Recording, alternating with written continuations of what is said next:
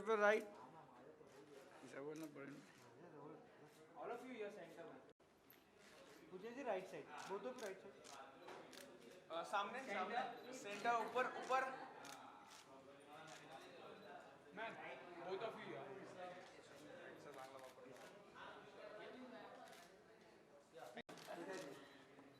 पूजा ji right side. Puja ji ऊपर. Puja ji centre. Puja ji right side. Puja ji यहाँ ऊपर. अरे रुको यार, दो पूजा जी राइट में, आपने बिल्कुल राइट में. मैडम राइट साइड से स्टार ऊपर.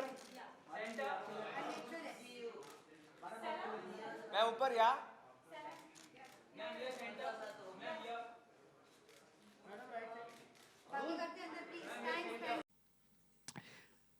Well, I just met her down for the first time, but I didn't tell her this. I'm going to say it on the mic. My first crush. You know, sometimes I get empowered holding the mic. I was actually speechless down there. I just said, hi, hello, blah, blah, blah. But anyways, a woman who's broken norms in every aspect of her life, as an individual, as an actress, straightforward, upfront, bold, fearless in an approach to everything. Ladies and gentlemen, Pooja Bhatt.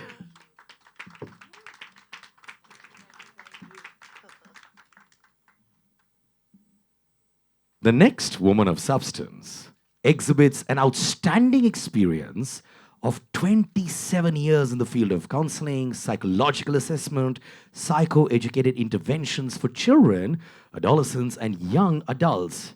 She will give us rock-solid insights today. Anureet Sethi. Ma'am, can we have you on board, please? Thank you.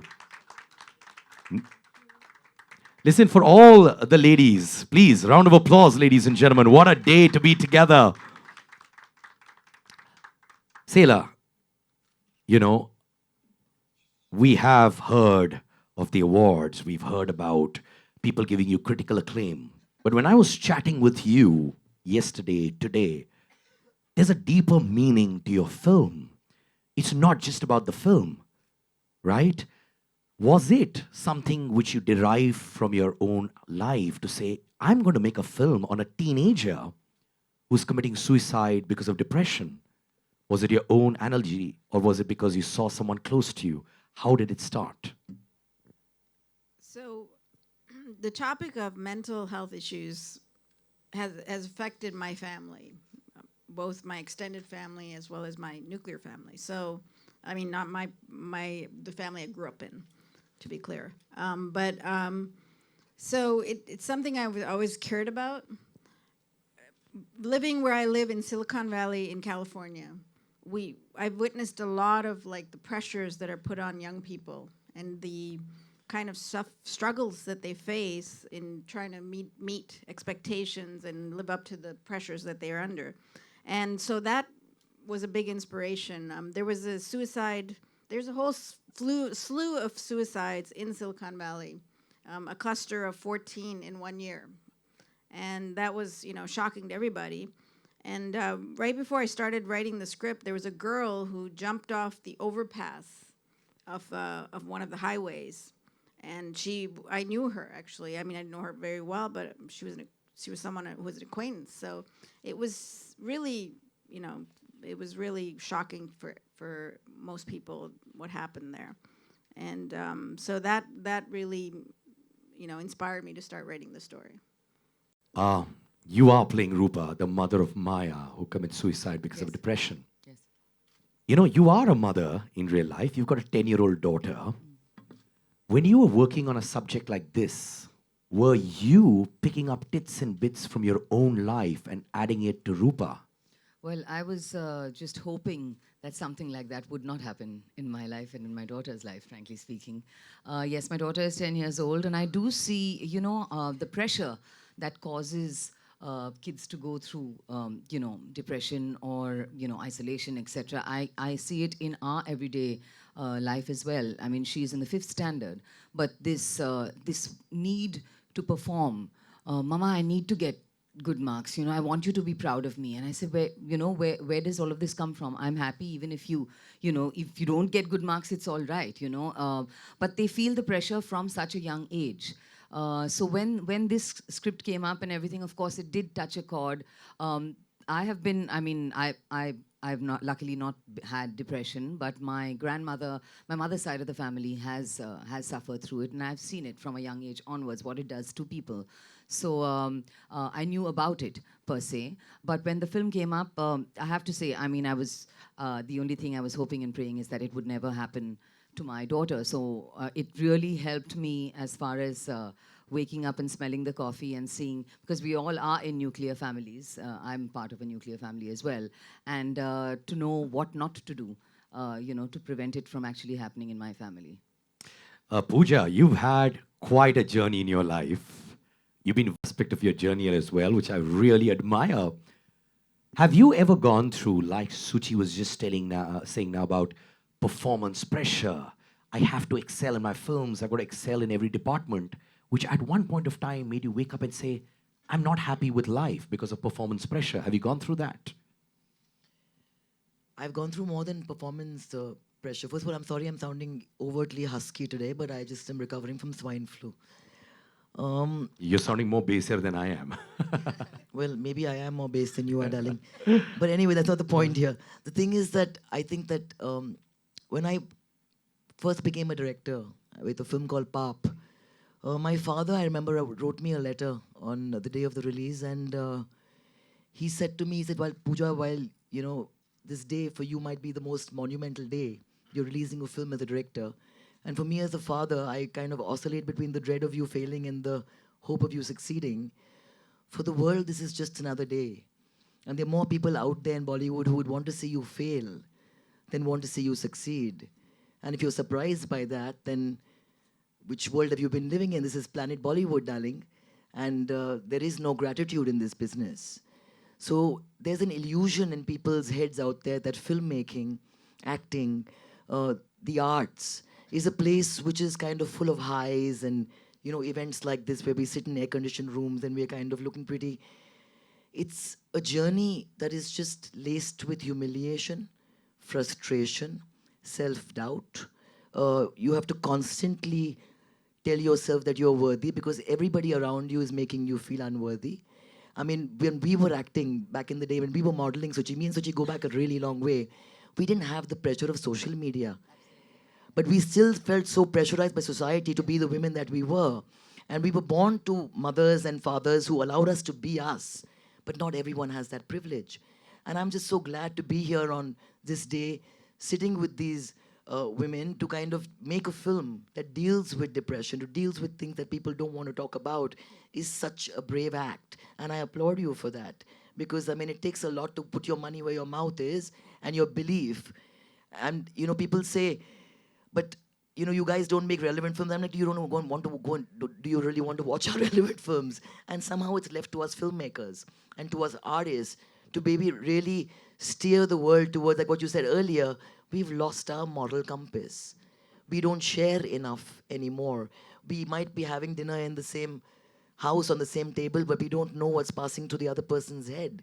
So pressure is there. Pressure is there on you from the time you're born into the world. That's if you make it into the world as a woman, either your life is just annihilated before you kind of even make it out because, I mean, they prefer a male heir.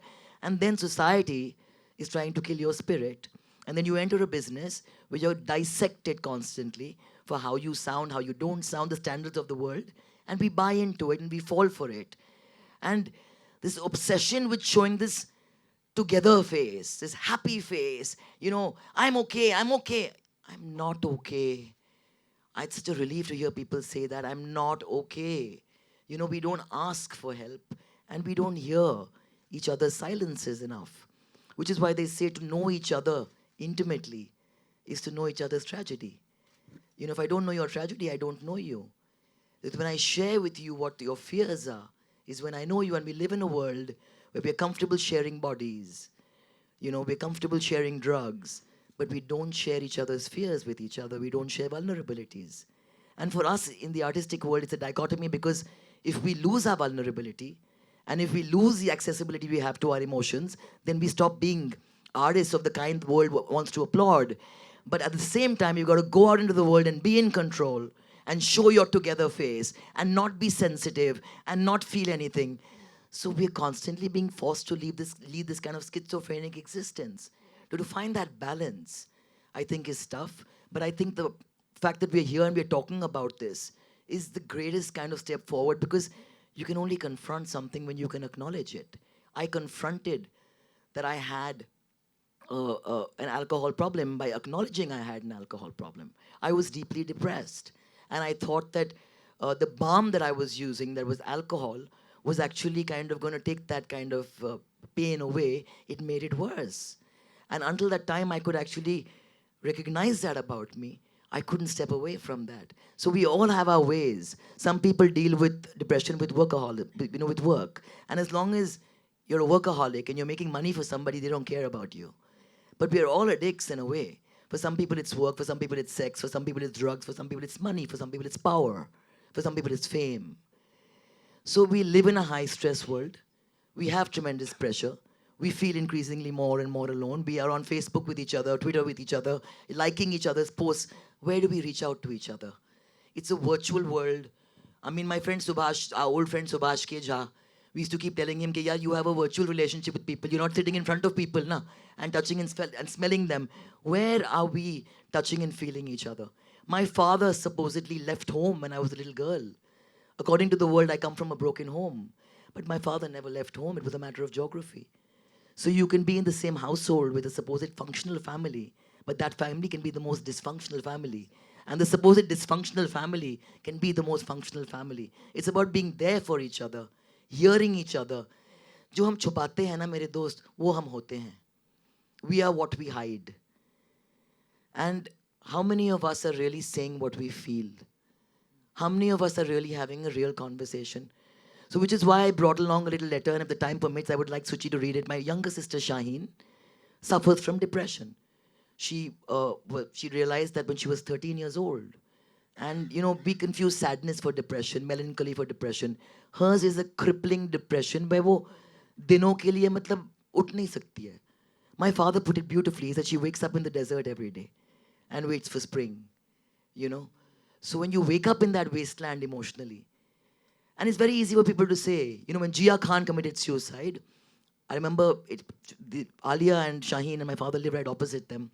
And Alia came back, she was mortified. She said, what's going on? And we're like, this young girl has killed herself. We were all very upset. We knew Jia. And me and Shaheen were talking about suicide. And she said, have you ever contemplated suicide? So I said, of course I've contemplated suicide. I think every wise or sensitive person at some point has thought that, what if I just kill myself? What if I do? And Shaheen said, yeah, even I have. Alia was mortified. Alia was like, what's going on? Both my sisters have contemplated suicide. What kind of house am I living in? You know what I mean? But the point is that if you can say these things, you generally don't go and pull the plug. It's when you can't talk. It's like, why is Alcoholics Anonymous popular? Because most people don't have anyone to talk to. So the stigma of depression, the stigma of mental health, the stigma of alcoholism has to go. I remember many years ago, there was a young man who kind of went in with a sickle or just slashed a young girl from the northeast at Gateway of India.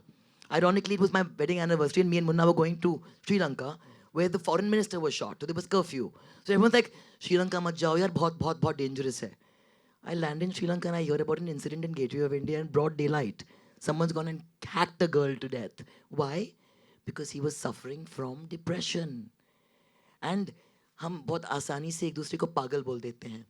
Like even when my father made a movie called Arth, there was a scene where Smita Patil's mother and a doctor approached Shabana Azmi. And there was a very senior actor, Om Shivpuri, who had come at that point. And my father said, you're supposed to say in dialogue that she's suffering from paranoia, schizophrenic paranoia.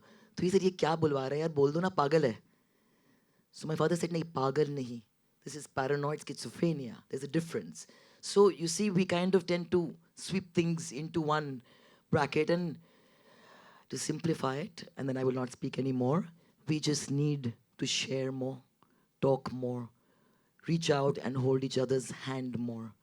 We live in a time where we don't have a problem, like I say, we share bodies, We don't form connections. We're frightened of bearing our soul. You can deal with my naked body. You can't deal with my bare soul. That's the problem with the world. And I don't want part of that world. And if I'm supposed to be called mad, I would rather be mad with my truth, as Nietzsche said, than be sane with your lies.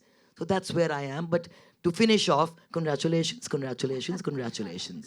We need more work like this. Mentioned a letter which Shaheen had written. Yes. You have it with you. I'd do, love you yes. to read it for us.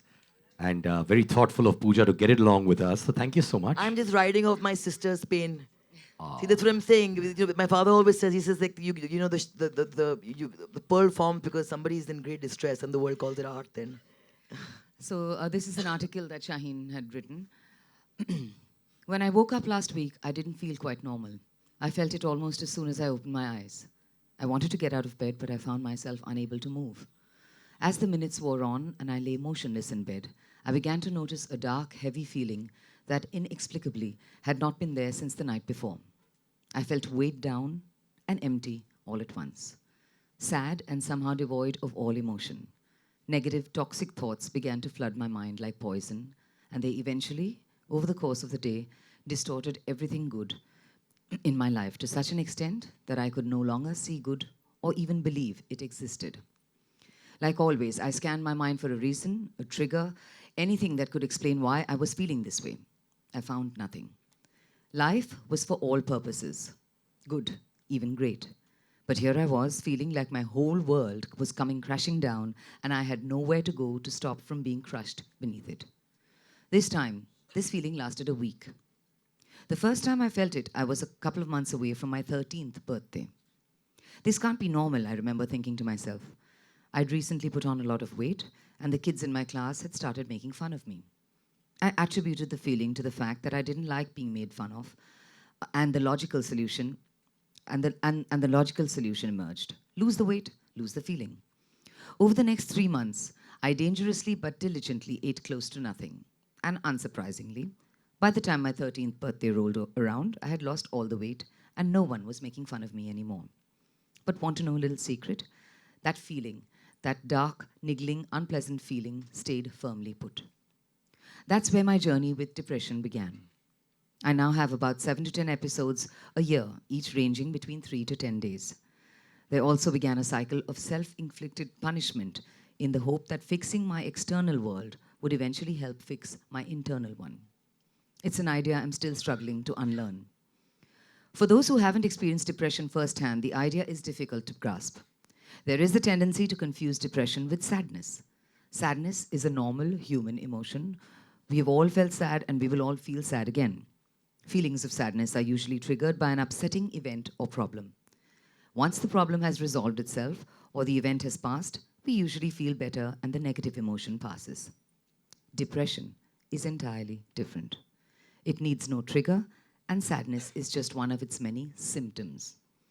As Stephen Fry once said, depression isn't a straightforward response to a bad situation. Depression just is, like the weather. Everyone with depression experiences it differently. We all suffer in different ways. The one thing that I found remains constant, however, is the feeling that you are entirely alone. Depression is absolute in its isolation. It forces upon you a blackness and loneliness which, ironically, without help, you are usually powerless to escape. For me, it has brought with it a whole host of issues. Along with bouts of crippling sadness, I also live with insomnia, anxiety, and occasional panic attacks. My insomnia kicked in when I was 16 years old, and no matter how hard I tried or how tired I was, I could never sleep. To this day, going 36 hours without even a wink of sleep is sometimes routine for me. As my symptoms persisted and I took to rarely leaving my bedroom, my family began to notice that something was very wrong. They realized that when I didn't move, it wasn't because I was being a sullen, lazy teenager. It was because I couldn't move.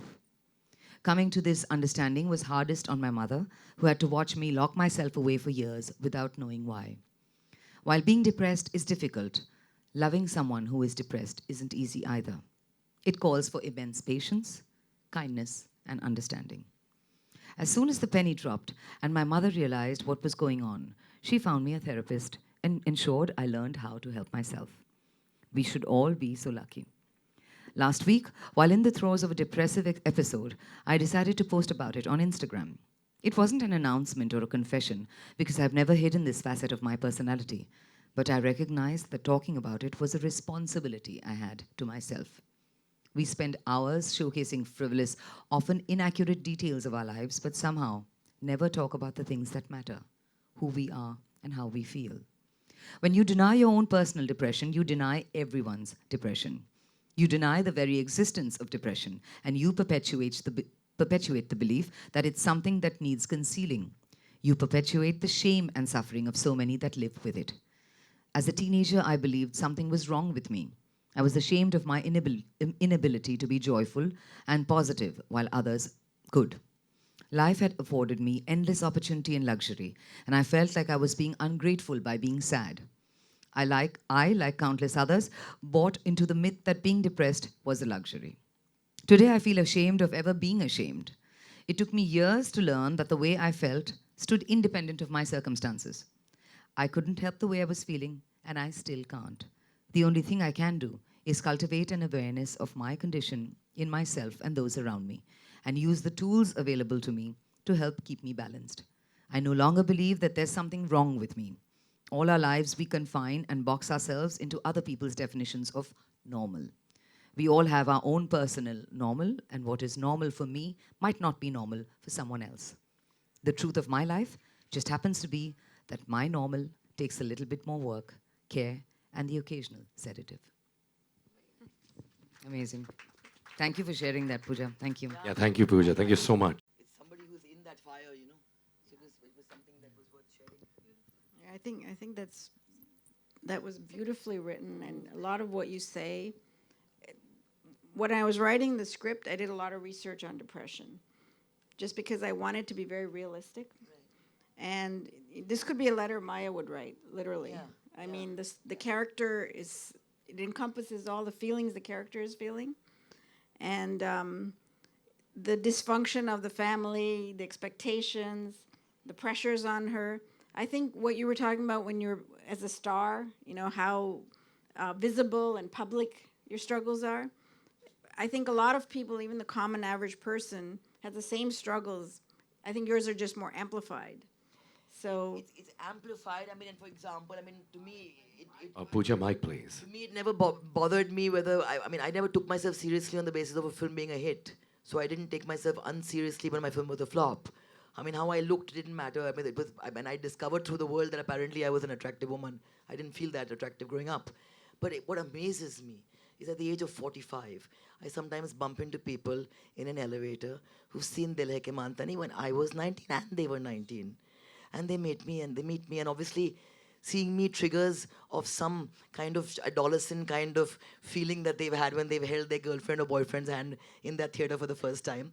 And then they look at me and they're like, आप तो बहुत बदल गए. तो मैं बोलती हूँ कि आप भी बदले होंगे अगर आप ही उस उम्र के थे. हाँ, हम तो बदले मगर आप कैसे बदले? So I'm like, that was your fantasy, this is life, deal with it, you know what I mean?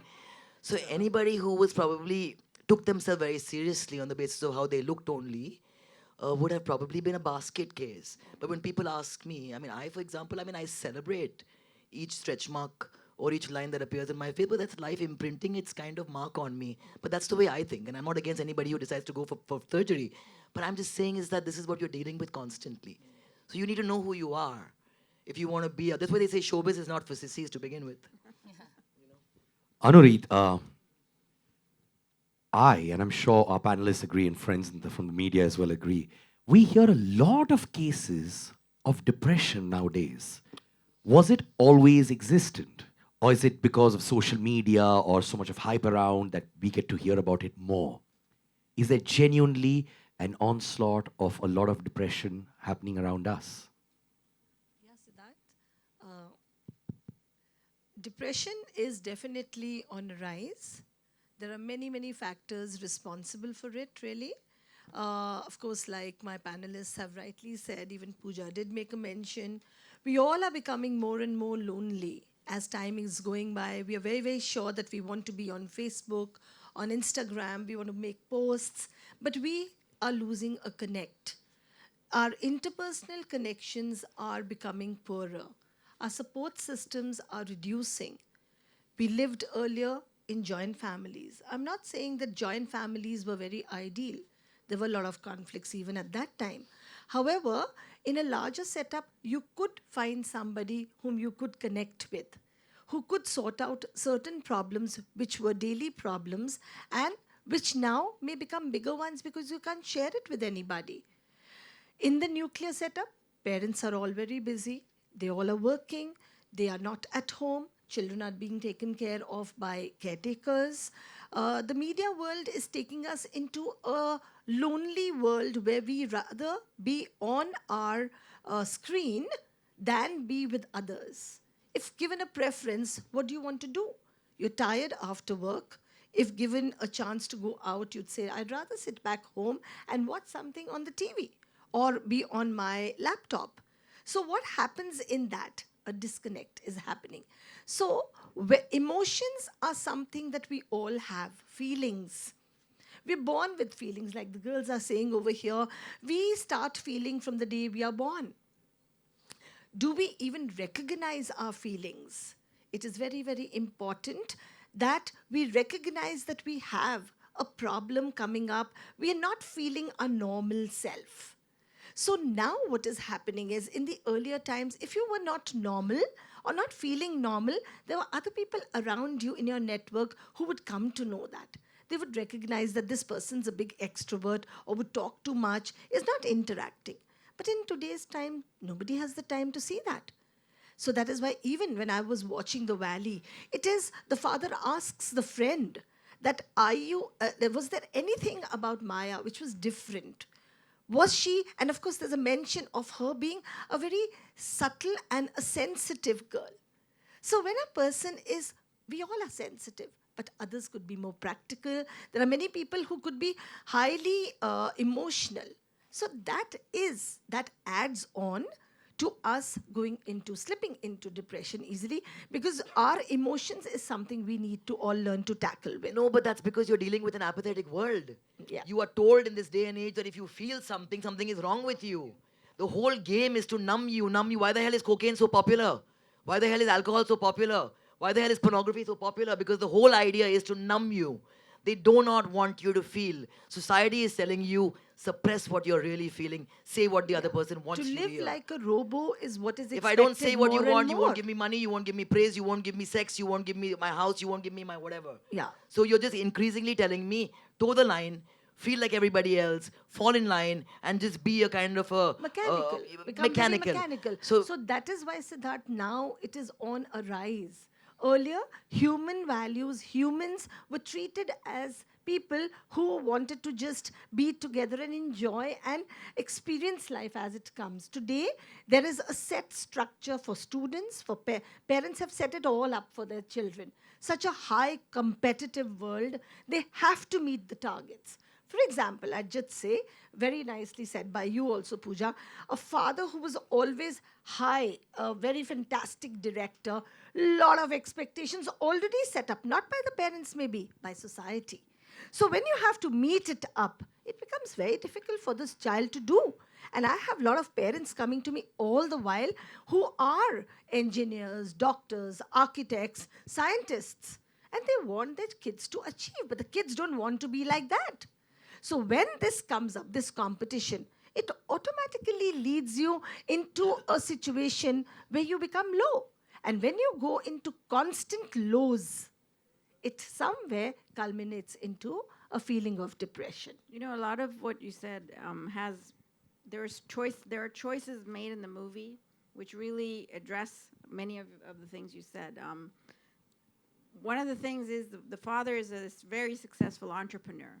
So his expectations of his children are really high. Like, you have to reach as high as I've reached.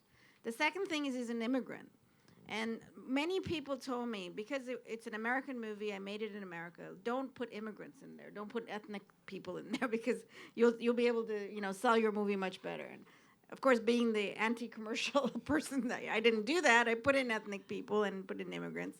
But one of the reasons was, I think it's very central to the story.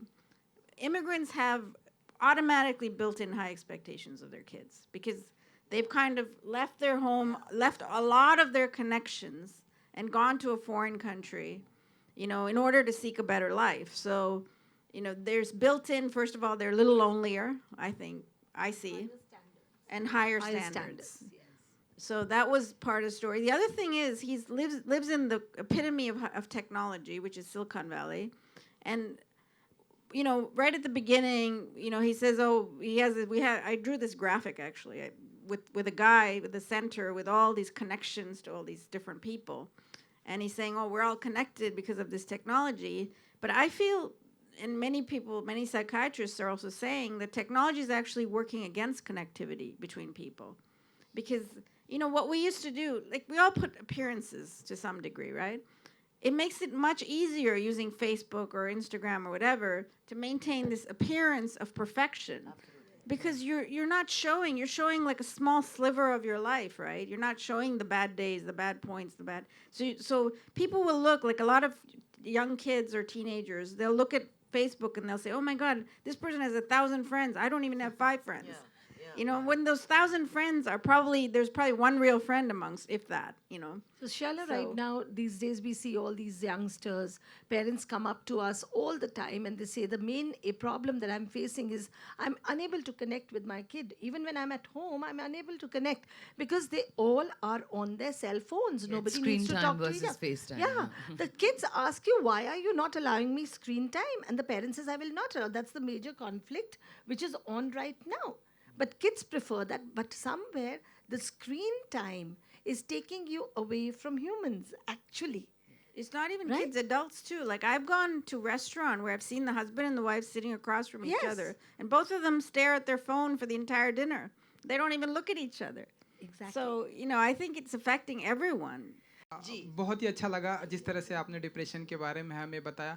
2 सवाल है मेरा आपसे। पहला ये कि हम देखते हैं कि हमारी फिल्म इंडस्ट्री में इस तरह के टॉपिक पर फिल्में बहुत ही कम बनती है, तो हमने देखा कि बहुत ही ध्यान से आप ट्रेलर देख रही थी। पहला ये कि ट्रेलर आपको कैसा लगा, और दूसरा ये कि ये मामी फिल्म फेस्टिवल के जरिए ये फिल्म दिखाई जाने वाली, तो क्या आप देखना चाहेंगी और आप चाहेंगे कि इस तरह की फिल्में हमारे फिल्म इंडस्ट्री में और भी बने, जिससे कि इस तरह से जैसे कि आपने जिया खान का एग्जांपल लिया कि इस तरह से। एक तो मैं ये कहूँगी कि आई थिंक कि ये बहुत ही एक ब्रेव शख्स है जो यहाँ पे बैठी है, बिकॉज इट्स नॉट, आज के दौर में फिल्म बनाना ही इतना मुश्किल काम है कि you have to be a masochist to want to do that and then to go out there. अभी हम ऐसी बातें कर रहे थे कि एक तो फिल्म बनाते हैं, उसके बाद में जाके आपको इम्प्रेस करना पड़ता है, आप लोगों को बोलना पड़ता है कि हमारी बातें जो है जरा प्लीज़ ऑडियंस तक पहुँचा दे जरा शिद्दत से, ताकि कोई आके एक टिकट खरीद ले। तो वो जो है ना ज़्यादा मुश्किल होता है फिल्म बनाने से। But that's why in this day and age अभी हमारे फोकस कॉमर्स पे इतनी है। To make a film like this, put your money behind it, to put your money where your mouth is, I must say it's not easy. And I think तब कभी-कभी कोई पागल औरतें ऐसी काम करते हैं that you need to be slightly crazy and a woman to be able to do this. But I think we need more of this. जैसे for example, I mean, मैं एक एग्जांपल दे रही थी अर्थ के बारे में, बोल रही थी एक सीन, जैसे स्मिता पात्र का जो कैरेक्टर था, अभी वो परवीन भाभी के रियल लाइफ एक क्राइसिस पे बेस्ड था। सो इनफैक्ट जस्ट टुडे, आज वर्ल्ड मेंटल हेल्थ डे पे किसी ने एक छोटा सा एक प्रोमो बनाया था इन्वॉल्विंग भट्ट साहब, एंड उसमें परवीन भाभी का उन्होंने एग्जांपल यूज़ किया है। तो भट्ट साहब ने मुझे मैसेज किया एंड सेड कि can you imagine, we never thought at one time that what is supposedly the tragedy of our life will be used so many years later as an example to get people to understand what the element is. तो जैसे रोग मैंने बनाई थी एक film Irfan Khan के साथ में, और that was before Angelina Jolie kind of, focused her gaze on him. So India had not woken up to Irfan Khan's sexiness yet. But उसमें वो एक पुलिस ऑफिसर का रोल प्ले कर रहा है, और पहला जो सीन है फिल्म में, it opens with a man who's sitting in front of a psychiatrist, और वो बोल रहा है कि कल तो मैंने सोचा कि मैं अपने आप को मार डालूं, खुदकुशी कर लूं, मगर नहीं की, क्योंकि मुझे लगा कि मेरा जो असिस्टेंट है होली था, तो उसका होली जो है बर्बाद हो जाएगा। तो he is very matter of fact about it. And वो पुलिस ऑफिसर है, हर दिन वो बहुत ही ब्लीक सर्कमस्टांसेस और सिचुएशंस के साथ डील कर रहा है, तो क्यों जिए भाई, उसका एक ये थॉट है। सो आई थिंक कि एक तो हमें ये चीज़ निकालनी चाहिए हमारे दिमाग के जहन से कि ये जो है ना, लोग सोचते हैं हिंदुस्तान में कि डिप्रेशन जो है यार वो एक अमीर, आप अमीर हो तो आपके पास ये मतलब ऐशो आराम है कि आप डिप्रेस्ड हो सकते हैं, हमें तो जाके काम करना पड़ता है। it's not something that is only restricted to the elite or the rich or famous. सबको होता है यार, सबको हो सकता है, सबको है.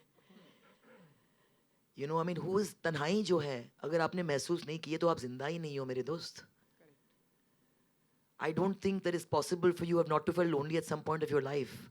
So I think that हाँ, मैं most certainly सड़क 2 हम बना रहे हैं. सड़क 2 जो हम बना रहे हैं, संजय दत्त को ऐसे एक दौर में पकड़ रहे हैं जैसे वो आज के दौर में हैं. तो we are dealing with the issue of depression, मगर commercial film बना रहे हैं eventually हम. तो yes, we have to make our point, but we have to choose a canvas. जैसे हम बातें कर रहे थे कि why didn't she make a documentary out of this? But I think जब भी आप एक mainstream format को इस्तेमाल करते हैं, आपकी बात कहीं कभी ज़्यादा आगे पहुँचती है, because you kind of normalize it. So I applaud this, and I'm all for. That's why I'm here. I'm here to support these women. I think that it's a very very brave decision, and I think कि हम सबको अगर हम जब भी देखते हैं और हमको लगता है कि कोई बात है, तो फिर हमारा फ़र्ज़ बनता है कि हम इस फिल्म के मैसेज को आगे कहीं ना कहीं पहुंचाएं. अगर लगते कि बात नहीं है, मत पहुंचाओ, मगर दिल से करो, वरना मत करो यार. बिकॉज ये फिल्म जो है, जो मैंने देखा, ये दिल से बनी है. You know, that's why we can sit and talk like this. Suchitra ji and Shaila ji, आप लोगों से एक आखिरी सवाल जानना चाहेंगे कि स्क्रीन पे हमने देखा कि इंटरनेशनल लेवल पर फिल्म को बहुत ही सराहा गया, ढेरों सारे अवार्ड भी मिले हैं इस फिल्म को लेकर. तो इंडियन ऑडियंस को लेकर कुछ प्रेशर फील करती है कि इंडिया में ये फिल्म नहीं, कुछ ये ऐसा ज़रूर प्रेशर है आप लोग? जहाँ पे भी आप रिलीज़ करो ज़रूर चलेगी, क्योंकि सबको उठ के देखना ही पड़ेगा कि ये आपकी फैमिली में भी हो सकती है. ऐसा नहीं है कि ये फैमिली यूएसए में है, सैन फ्रांसिस्को में है, सिलिकॉन वैली में है, तो वहीं पर होता है.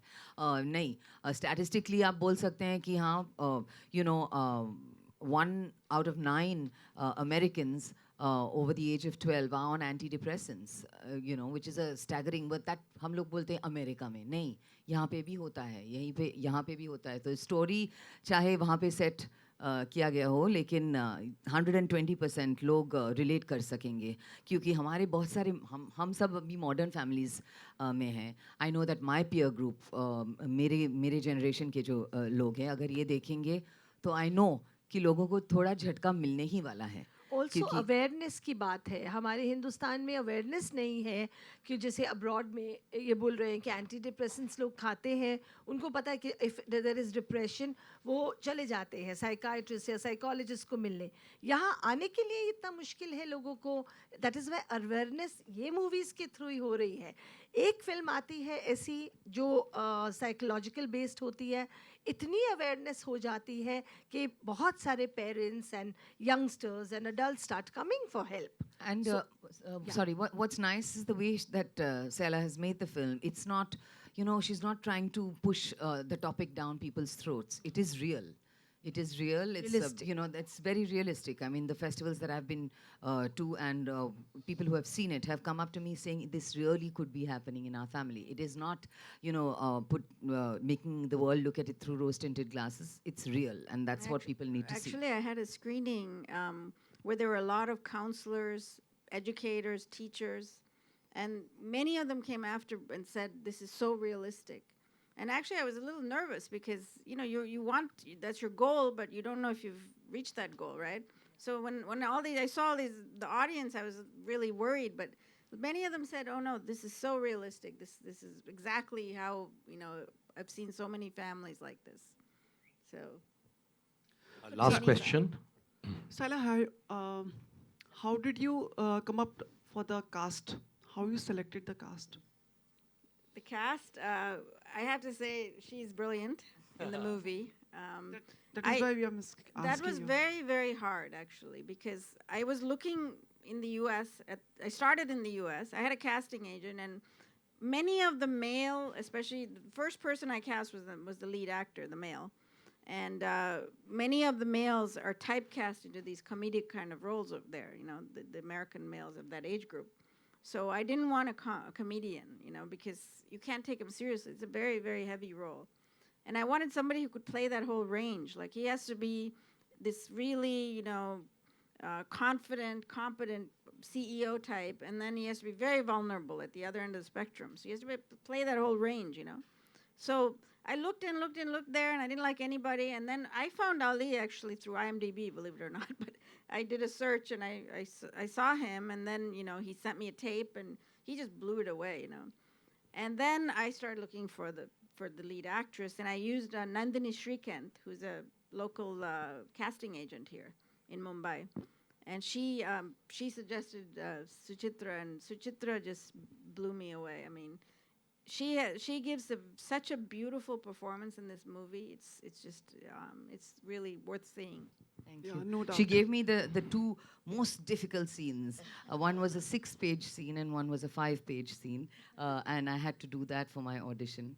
And as she says, I nailed it, so I got it. Okay, last No, question, no, Pooja, Mr. Chetan.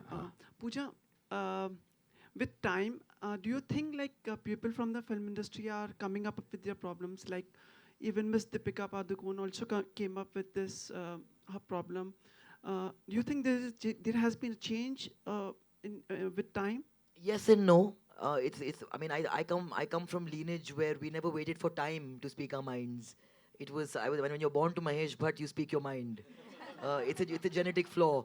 तो हमें तो कभी ये problem हुआ नहीं. In fact, opposite problem था. But I think it's wonderful to have women like Deepika. It's wonderful when my sister Shaheen, who is a sibling of today Alia and daughter of Mahesh Bhatt, sister of Pooja Bhatt, to kind of come out and speak about this.